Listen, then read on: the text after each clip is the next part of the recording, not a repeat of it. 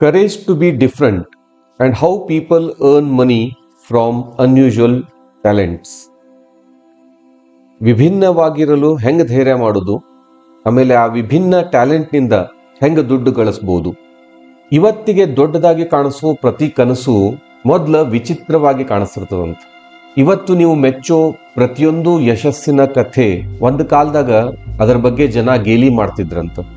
ನೀವು ತಪ್ಪು ಮಾಡಿದ್ದೀರಿ ಅನ್ನೋ ಕಾರಣಕ್ಕೆ ಜಗತ್ತು ನಿಮ್ಮನ್ನ ತಿರಸ್ಕರಿಸುವುದಿಲ್ಲ. ಆದ್ರೆ ಯಾರು ಮಾಡ್ಲಾರ್ದನ್ನ ನೀವು ಮಾಡ್ತಾ ಇದ್ದೀರಿ ಅದನ್ನ ಜನ ಬೇಗ ಒಪ್ಕೊಳ್ಳೋದಿಲ್ಲ, ಅದನ್ನ ತಿರಸ್ಕರಿಸ್ತಾರ. ನಾನು ಇವತ್ತು ಕೆಲವು ಉದಾಹರಣೆಗಳನ್ನ ನಿಮ್ಮ ಮುಂದೆ ಹಂಚ್ಕೊಳ್ಳಿಕ್ ಬಂದೀನಿ. ಆದರೆ ಮುಖ್ಯವಾಗಿ ವಿಭಿನ್ನವಾಗಿರಲು, ಧೈರ್ಯ ಮಾಡಲು, ನಿಮ್ಮ ಉತ್ಸಾಹವನ್ನು ಅನುಸರಿಸಲು ಮತ್ತು ಅದನ್ನು ದೊಡ್ಡದಾಗಿ ಪರಿವರ್ತಿಸಲು ನೀವೇನ್ ಮಾಡಬೇಕು ಅನ್ನೋದನ್ನ ನಾನು ತೋರಿಸ್ಲಿಕ್ಕೆ ಬಯಸ್ತೀನಿ. ಒಂದು ಸಣ್ಣ ಕಥೆಯಿಂದ ಸ್ಟಾರ್ಟ್ ಮಾಡೋಣ. ಹನ್ವಂತ್ ಸಿಂಗ್ ರಾಠೋಡ್ ಅಂತ ಹೇಳಿ ಒಬ್ರು ರಾಜಸ್ಥಾನದಾಗಿದ್ರು. ಅವ್ರಿಗೊಂದು ತಲೆಯೊಳಗ ಐಡಿಯಾ ಬಂತು. ಎಲ್ಲರೂ ಆಕಳ ಹಾಲು, ಎಮ್ಮೆ ಹಾಲು ಸೇಲ್ ಮಾಡ್ಬೇಕಾದ್ರ ನಾನ್ಯಾಕ ಇಲ್ಲಿರೋ ಸಾಮಾನ್ಯ ಪ್ರಾಣಿ ಒಂಟೆ ಅದರ ಹಾಲು ಸೇಲ್ ಮಾಡಬಾರ್ದು. ಒಂಟೆ ಹಾಲನ್ನ ರಾಜಸ್ಥಾನದಾಗ ಜನ ಕುಡಿಯೋದು ಸಾಮಾನ್ಯ. ಯಾರ ಹತ್ರ ಒಂಟಿಯವ ಅವರು ಬೇರೆ ಕಡೆ ಹಾಲು ತಗೊಳ್ಳಾರ್ದ ಅದನ್ನ ಕುಡಿತಿರ್ತಾರ. ಆದ್ರೆ ಹನ್ವಂತ್ ಸಿಂಗ್ ರಾಠೋಡ್ಗೆ ಅದೇ ಒಂದು ಬಿಸ್ನೆಸ್ ಐಡಿಯಾ ಆಗಿ ಬಂತು. ಅವ್ರು ವಿಚಾರ ಮಾಡಿದ್ರು, ಹೆಂಗ ಅಮೂಲ್ ನಂತ ಕಂಪನಿ ಆಕಳ ಹಾಲು ಸೇಲ್ ಮಾಡ್ತದ ಹಂಗ ನಾನು ಒಂಟೆ ಹಾಲು ಸೇಲ್ ಮಾಡ್ತೀನಿ ಅಂತ ಹೇಳಿ. ಅದನ್ನ ಕೇಳಿದಾಗ ಜನ ಮೊದ್ಲು ನಗತಾರ. ಇದನ್ನ ಯಾರು ಖರೀದಿ ಮಾಡ್ತಾರ, ಇದಕ್ಕೇನು ಮಾರ್ಕೆಟ್ ಇಲ್ಲ, ಇದಕ್ ಭವಿಷ್ಯ ಇಲ್ಲ, ಮಾಡ್ಲಿಕ್ಕೆ ಹೋಗ್ಬೇಡ ಅಂತ ಹೇಳಿ. ಆದ್ರ ಅವ್ರು ಕೇಳುದಿಲ್ಲ. ಅವರು ಹೈಜೀನ್ ಸಿಸ್ಟಮ್ಸ್ ನಿರ್ಮಿಸ್ತಾರ, ಹೆಂಗ ಹಾಲನ್ನ ಪಾಶ್ಚರೈಸ್ ಮಾಡ್ಬೇಕು ಅನ್ನೋದು ಕಲಿತಾರ, ಪ್ಯಾಕೇಜಿಂಗ್ ಕಲಿತಾರ.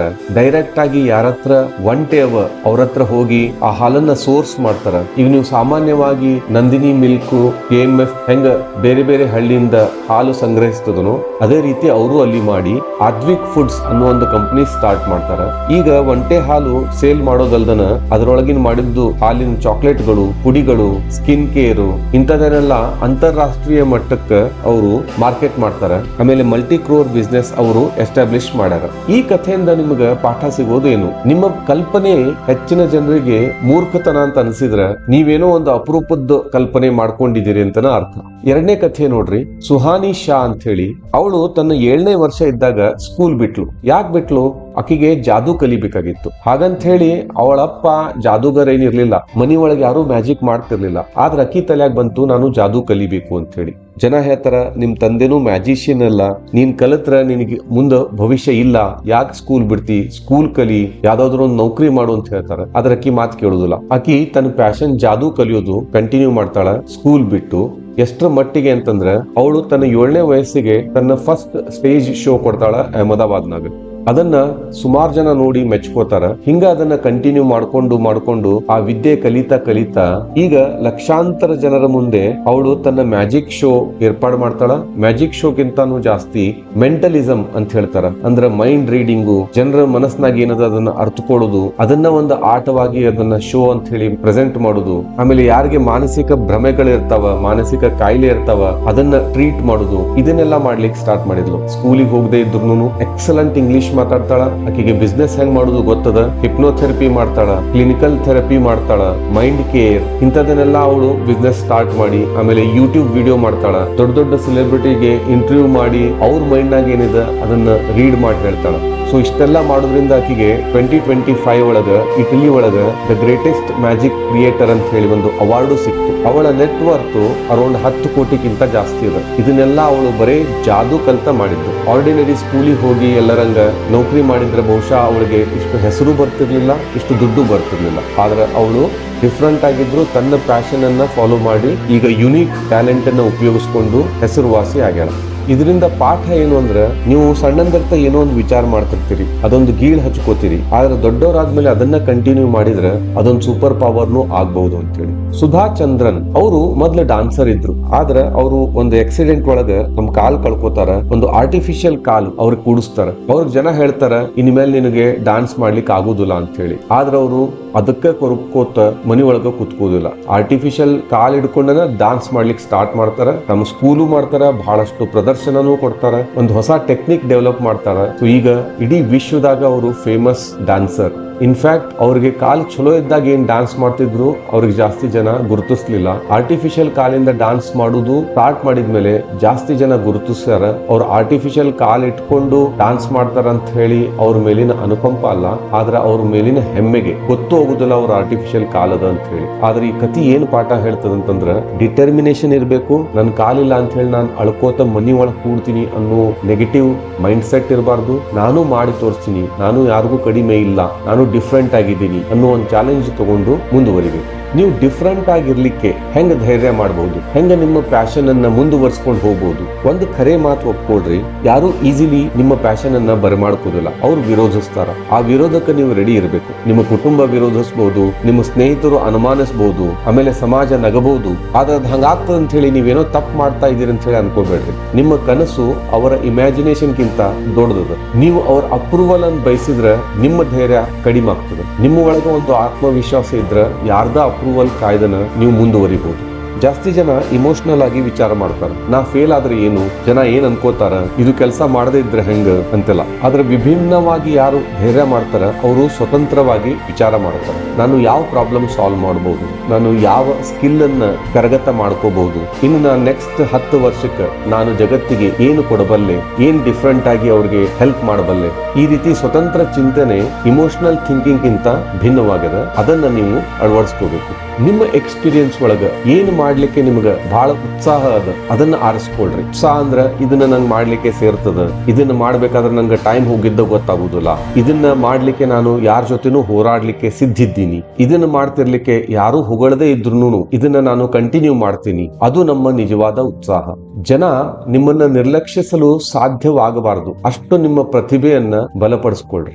ಜನರು ನಿಮ್ಮ ಕನಸುಗಳನ್ನ ಅನುಸರಿಸುವುದಿಲ್ಲ, ನಿಮ್ಮ ಸಾಮರ್ಥ್ಯ ಕೌಶಲ್ಯಗಳನ್ನ ಅನುಸರಿಸ್ತಾರೆ. ಪ್ರತಿ ವಿರೋಧಕ್ಕೆ ಒಂದೇ ಒಂದು ಕೌಂಟರ್ ಅಟ್ಯಾಕ್ ಅಂದ್ರೆ ನಿಮ್ಮ ಶ್ರೇಷ್ಠತೆ. ಮೀಡಿಯೋಕರ್ ರೆಸಿಸ್ಟೆನ್ಸ್ ಅನ್ನ ನಿಮ್ಮ ಸುಪೀರಿಯರ್ ಸ್ಕಿಲ್ ನಿಂದ ಎದುರಿಸ್ರಿ. ನೀವು ಪ್ರತಿ ದಿವಸ ಅಭ್ಯಾಸ ಮಾಡಿದ್ರೆ, ವಾರಕ್ಕೊಮ್ಮೆ ಸುಧಾರಿಸಿದ್ರೆ, ಮಂತ್ಲಿ ಇಂಪ್ರೂವ್ಮೆಂಟ್ ತೋರಿಸಿದ್ರೆ, ನಿಮ್ಮ ಕ್ರಿಟಿಕ್ಸ್ ವಿಮರ್ಶಕರು ಅವರು ಮೌನವಾಗಿರ್ತಾರ. ಅದರ ಬಗ್ಗೆ ಕೊಂಕ್ ಮಾತಾಡುದಿಲ್ಲ. ಸಣ್ಣದಾಗಿ ಪ್ರಾರಂಭಿಸ್ರಿ, ಆದ್ರೆ ಸಾರ್ವಜನಿಕವಾಗಿ ಪ್ರಾರಂಭಿಸ್ರಿ. ಅಂದ್ರೆ ಜನರ ಮುಂದೆ ಎಲ್ರಿಗೂ ಹೇಳುವಂಗ. ಬಹಳಷ್ಟು ಜನ ಒಂದ್ ಕಾರಣಕ್ಕೆ ವಿಫಲ ಆಗ್ತಾರ. ಯಾಕಂತ ಹೇಳಿದ್ರೆ ಅವರು ಮುಚ್ಕೊಳ್ತಾರ, ಬೇರೆದವ್ರ ಮುಂದೆ ತೋರಿಸ್ಕೊಡುದಿಲ್ಲ. ಒಂದು ಪರ್ಫೆಕ್ಟ್ ಮೊಮೆಂಟ್ ಬರ್ಲಿ ಅಂತ ಹೇಳಿ ವೇಟ್ ಮಾಡ್ತಿರ್ತಾರ. ಆದ್ರೆ ನಿಮ್ಮ ಸಾಮರ್ಥ್ಯ, ನಿಮ್ಮ ಸ್ಕಿಲ್, ನಿಮ್ಮ ಪ್ಯಾಷನ್ ಯಾವಾಗ ನೀವು ಜನರ ಮುಂದೆ ಇಡ್ತೀರಿ ಆವಾಗ್ಲೇ ನಿಮ್ಗೆ ಧೈರ್ಯ ಬರುದು. ಸಣ್ಣದಾಗಿ ಇನ್ಸ್ಟಾಗ್ರಾಮ್ ನಾಗ, ಫೇಸ್ಬುಕ್ ನಾಗ ಪೋಸ್ಟ್ ಮಾಡ್ಲಿಕ್ಕೆ ಸ್ಟಾರ್ಟ್ ಮಾಡ್ರಿ. ಅದನ್ನ ತೋರಿಸ್ಲಿಕ್ಕೆ ಸ್ಟಾರ್ಟ್ ಮಾಡ್ರಿ, ಹಂಚಿಕೊಳ್ಳಿಕ್ಕೆ ಸ್ಟಾರ್ಟ್ ಮಾಡ್ರಿ, ಅದನ್ನ ಪ್ರದರ್ಶನ ಮಾಡ್ರಿ, ಅದ್ರ ಬಗ್ಗೆ ಮಾತಾಡ್ರಿ, ಅದ್ರ ಬಗ್ಗೆ ಟೀಚಿಂಗ್ ಮಾಡ್ರಿ. ಯಾವ್ದು ಕಾಣಿಸ್ತದ ಅದು ವಿಶ್ವಾಸ ಬೆಳೆಸ್ತದ. ಈ ಕ್ರೆಡಿಬಿಲಿಟಿ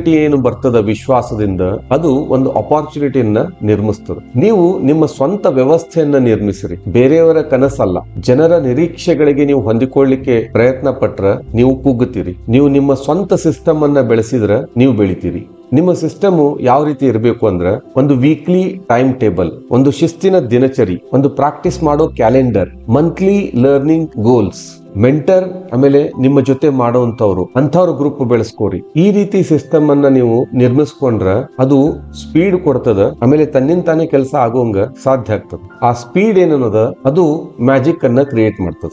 ಆದ್ರೆ ಮೊದ್ಲ 3 ರಿಂದ 5 ವರ್ಷ ನೀವು ಮಿಸ್ಅಂಡರ್ಸ್ಟ್ಯಾಂಡ್ಸಿಗೆ ರೆಡಿ ಇರಬೇಕು. ಜನ ಯಾವಾಗ್ಲೂ ತಿಳ್ಕೊಳ್ಳೋದಿಲ್ಲ, ಅವ್ರು ತಿಳ್ಕೊಳ್ಳೋ ತನಕ ಸ್ವಲ್ಪ ಟೈಮ್ ಹಿಡಿತದ. ಅದಕ್ಕೆ ನೀವು ಸಿದ್ಧವಾಗಿರ್ಬೇಕು. ಈ ಮಾತನ್ನ ಯಾರು ನಿಮಗ್ ಹೇಳುದಿಲ್ಲ. ವಿಭಿನ್ನವಾಗಿ ಯಾರ್ಯಾರು ಧೈರ್ಯ ಮಾಡ್ತಾರ ಅವ್ರ ಅನುಭವ ಹೆಂಗಿರ್ತದಂದ್ರ, ಬಹಳಷ್ಟು ವರ್ಷ ಒಂಟಿತನ ಇರ್ತದ, ಅವ್ರಿಗೆ ತಮಗ ತಾವ ಸೆಲ್ಫ್ ಡೌಟ್ ಇರ್ತದ, ಅವ್ರ ಆದಾಯ ಆಕ್ಚುಲ್ ಆಗಿ ಸ್ಟಾರ್ಟ್ ಆಗೋಕ್ಕಿಂತ ಮುಂಚೆ ಬಹಳಷ್ಟು ದುಡ್ಡು ಅವ್ರಿಗೆ ಬರ್ತಿರುದಿಲ್ಲ, ಅಥವಾ ಶೂನ್ಯ ಆದಾಯ ಇರ್ತದ ಅಂತ ಇಟ್ಕೋರಿ.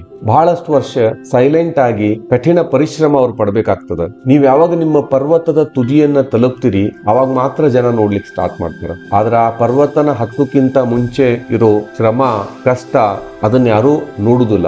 ಅದನ್ನ ಯಾರಿಗೂ ತೋರಿಸ್ಲಿಕ್ಕೆ ಬಯಸ್ಬೇಡ್ರಿ. ಆದ್ರೆ ನಿಮ್ಮ ಸಣ್ಣ ಸಣ್ಣ ಗೆಲುವು ಏನಿರ್ತದ, ನಿಮ್ಮ ಸಣ್ಣ ಸಣ್ಣ ಯಶಸ್ಸು ಇರ್ತದ, ಅದನ್ನ ಜನರ ಮುಂದೆ ಇಡ್ಲಿಕ್ಕೆ ಪ್ರಯತ್ನ ಪಡ್ರಿ. ಒಂದ್ಸತಿ ನೀವು ಮುಂದೆ ಯಶಸ್ಸು ಪಡೆದಾಗ ಆವಾಗ ನೀವು ಹಿಂತಿರುಗಿ ಹೇಳ್ಬೋದು ಅವ್ರಿಗೆ, ನಾನು ಇಲ್ಲಿವರೆಗೂ ಬರ್ಲಿಕ್ಕೆ ಏನೇನ್ ಮಾಡ್ಬೇಕಾಯ್ತು ಅಂತ ಹೇಳಿ. ನಿಮ್ಮ ಡಿಫ್ರೆನ್ಸ್ ಅನ್ನ ಒಂದು ವ್ಯಾಲ್ಯೂ ಆಗಿ ಕನ್ವರ್ಟ್ ಮಾಡ್ರಿ. ಜನ ಡಿಫ್ರೆಂಟ್ ಆಗಿದ್ರೆ ಸಾಕು ಅಂತ ಹೇಳಿ ಭಾವಿಸ್ತಾರ. ಆದ್ರ ಆ ಡಿಫ್ರೆಂಟ್ ಆಗಿದ್ದು ಜನರಿಗೇನ್ ಅದರಿಂದ ಲಾಭ. ಈಗ ಸುಹಾನಿ ಶಾ ಎಕ್ಸಾಂಪಲ್ ಹೇಳಿದೆ, ಅವ್ರಿಗೆ ಮ್ಯಾಜಿಕ್ ಬಗ್ಗೆ ಇಂಟ್ರೆಸ್ಟ್ ಇಂಟ್ರೆಸ್ಟ್ ಇತ್ತು. ಬರೀ ಮ್ಯಾಜಿಕ್ ಕಲ್ತು ಜನರಲ್ ಆಗಿ ಹೆಂಗೆ ಮ್ಯಾಜಿಷಿಯನ್ಸ್ ಮ್ಯಾಜಿಕ್ ಮಾಡ್ತಾರ ಹಂಗ್ ಮಾಡ್ಕೊಂಡು ಅವ್ರು ಆರಾಮಾಗಿರ್ಬೋದಾಗಿತ್ತು. ಆದ್ರ ಅದ್ರೊಳಗ ಅವರು ರಿಸರ್ಚ್ ಮಾಡಿ ಜನರ ಮೈಂಡ್ ರೀಡಿಂಗ್ ಮಾಡುದು. ಮೈಂಡ್ ರೀಡಿಂಗ್ ಮಾಡುದು ಅಂದ್ರೆ ಬರೀ ಎಂಟರ್ಟೈನ್ಮೆಂಟ್ ಸಂಬಂಧ ಅಷ್ಟ ಅಲ್ಲ, ಅದ್ರಲ್ಲಿ ಒಂದು ಸೈನ್ಸ್ ಅದ ಅಂತ ಹೇಳಿ ತೋರಿಸ್ಕೊಡ್ಲಿಕ್ಕೆ. ಆಮೇಲೆ ಮೈಂಡ್ ರೀಡಿಂಗ್ ಮಾಡಿ ಅವ್ರೇನಾದ್ರೂ ಖಿನ್ನ ಆಗಿದ್ರ, ಫ್ರಸ್ಟ್ರೇಷನ್ ಆಗಿತ್ತು ಅಂತಂದ್ರ, ಯಾವ್ದಾದ್ರು ಒಂದು ಮಾನಸಿಕ ಕಾಯಿಲೆಗೆ ಅವರು ಒಳಗಾಗಿದ್ರ ಅವ್ರಿಗೆ ಹೆಲ್ಪ್ ಮಾಡುದು. ಸೊ ಹಿಂಗ ಆ ಮ್ಯಾಜಿಕ್ ಅನ್ನ ಸೈನ್ಸ್ ಆಗಿ ಕನ್ವರ್ಟ್ ಮಾಡಿ ಆ ಸೈನ್ಸ್ ನಿಂದ ಏನು ಲಾಭ ಅದ ಅದನ್ನ ಜನರಿಗೆ ಕೊಡುದು. ಅದನ್ನ ಅವರು ಸುಹಾನಿ ಶಾ ಅವರು ಮಾಡ್ತಾ ಇದ್ದಾರೆ. ಸೊ ಹಿಂಗ ನಿಮ್ಮ ಬೀಯಿಂಗ್ ಡಿಫ್ರೆಂಟ್ ಅನ್ನ ಒಂದು ವ್ಯಾಲ್ಯೂ ಆಗಿ ಕನ್ವರ್ಟ್ ಮಾಡ್ಬೇಕು. ಇದನ್ನ ನೀವು ವ್ಯಾಲ್ಯೂ ಕೊಟ್ರ ಜನರಿಗೆ ಸ್ಲೋಲಿ ಜನ ಅರ್ಥ ಮಾಡ್ಕೊಳ್ತಾರ. ಇವರು ಪ್ಯಾಷನ್ ಎಷ್ಟೇ ವಿಚಿತ್ರ ಇದ್ರು ಅದು ಈಗ ಜನರಿಗೆ ಹೆಲ್ಪ್ ಆಗ್ತಾ ಇದೆ ಅಂತ ಹೇಳಿ ಆವಾಗ ದುಡ್ಡು ಬರ್ಲಿಕ್ಕೆ ಸ್ಟಾರ್ಟ್ ಆಗ್ತದೆ. ಅಗತ್ಯ ಬಿದ್ರೆ ಒಂದು ಸ್ವಂತ ಮಾರುಕಟ್ಟೆನ ನೀವೇ ರಚಿಸಬಹುದು. ಒಂಟೆ ಹಾಲಿಗೆ ಮಾರುಕಟ್ಟೆ ಇರಲಿಲ್ಲ, ಅದನ್ನ ಹನುಮಂತ್ ಸಿಂಗ್ ಅವರು ಕ್ರಿಯೇಟ್ ಮಾಡಿದ್ರು. ಮ್ಯಾಜಿಕ್ ಇಂದ ಮೆಂಟಲ್ ಟ್ರೀಟ್ಮೆಂಟ್ ಕೊಡುದು ಅದಕ್ಕೊಂದು ಮಾರ್ಕೆಟ್ ಇರಲಿಲ್ಲ, ಆದ್ರೆ ಸುಹಾನಿ ಶಾ ಅವರು ಕ್ರಿಯೇಟ್ ಮಾಡಿದ್ರು. ಆರ್ಟಿಫಿಷಿಯಲ್ ಕಾಲ್ ಹಾಕೊಂಡು ಡಾನ್ಸ್ ಮಾಡ್ಲಿಕ್ಕೆ ಮಾರ್ಕೆಟ್ ಇರಲಿಲ್ಲ, ಅದನ್ನ ಸುಧಾಚಂದ್ರನ್ ಅವರು ನಿರ್ಮಾಣ ಮಾಡಿದ್ರು. ತಮ್ಮದೇ ಆದ ಜಾಗನ್ನ ಅವರು ಸೃಷ್ಟಿಸ್ಕೊಂಡ್ರು. ಹಿಂಗಾಗಿ ನಿಮ್ಮ ಪ್ರತಿಭೆಗೆ ಮಾರ್ಕೆಟ್ ಇರ್ಲಿಲ್ಲ ಅಂದ್ರೆ ನೀವೇ ಒಂದನ್ನ ರಚಿಸಬಹುದು, ಅದನ್ನ ನಡೆಸ್ಕೊಂಡು ಹೋಗ್ಬಹುದು. ಜನ ಯಾವಾಗ್ಲೂ ಚೇಂಜ್ ಮೇಕರ್ಸ್ ಗೆ ಕಾಯ್ತಿರ್ತಾರ. ಆ ಚೇಂಜ್ ಮೇಕರ್ ನೀವೇ ಯಾಕಾಗಬಾರ್ದು. ಅಂತಿಮವಾಗಿ ಜನ ಯಾರು ಟ್ಯಾಲೆಂಟೆಡ್ ಇದಾರ ಅವ್ರಿಗೆ ಮಾತ್ರ ಪ್ರತಿಫಲ ಕೊಡುದಿಲ್ಲ, ಯಾರು ಧೈರ್ಯಶಾಲಿಗಳಿದಾರ ಅವ್ರಿಗೆ ಪ್ರತಿಫಲ ಕೊಡ್ತಾರೆ. ನಿಮ್ಮ ಡಿಫ್ರೆಂಟ್ ಪ್ಯಾಷನ್, ವಿಚಿತ್ರ ಪ್ಯಾಷನ್ ಅನ್ಸಿದ್ರು ಅದು ಪ್ರಾಬ್ಲಮ್ ಅಲ್ಲ, ಆದ್ರೆ ಅದ ಒಂದು ನಿಮ್ಮ ಪ್ರಾಫಿಟೇಬಲ್ ಭಾಗ ಅಂತ ಅನ್ಕೋಬಹುದು. ಡಿಫ್ರೆಂಟ್ ಆಗಿರ್ಲಿಕ್ಕೆ ಧೈರ್ಯ ಮಾಡ್ರಿ. ಎಲ್ಲರಿಗೂ ನಾನು ಆಗ್ತೀನಿ ಅನ್ನೋಕ್ಕಿಂತ ನನ್ನದೇ ಒಂದು ಸ್ವಂತಿಕೆ ನಾನು ನಿರ್ಮಾಣ ಮಾಡ್ಕೋತೀನಿ ಅನ್ನೋ ಧೈರ್ಯ ಮಾಡ್ರಿ. ಬ್ಯಾರೆದವರು ಬಿಟ್ಟು ಕೊಟ್ಟಾಗ ಅಲ್ಲೇ ಉಳ್ಕೊಳ್ಳಿಕ್ಕೆ ಧೈರ್ಯ ಮಾಡ್ರಿ. ಒಂದ್ ದಿವಸ ಜಗತ್ತು ತಿರಸ್ಕರಿಸಿದ ವಿಷಯನ್ನ ಸೆಲೆಬ್ರೇಟ್ ಮಾಡ್ಬೋದು. ಈ ವಿಡಿಯೋ ಇಷ್ಟ ಆದ್ರೆ ಲೈಕ್ ಮಾಡ್ರಿ, ಬೇರೆದವ್ರ ಜೊತೆಗೂ ಹಂಚ್ಕೊಡ್ರಿ. ಇಂಥ ವಿಡಿಯೋಗಳನ್ನ ನೋಡ್ತಾ ಇರ್ಲಿಕ್ಕೆ ನಮ್ಮ ಚಾನೆಲ್ ಸಬ್ಸ್ಕ್ರೈಬ್ ಮಾಡಿ. ಜೈ ಹಿಂದ್, ಜೈ ಕರ್ನಾಟಕ.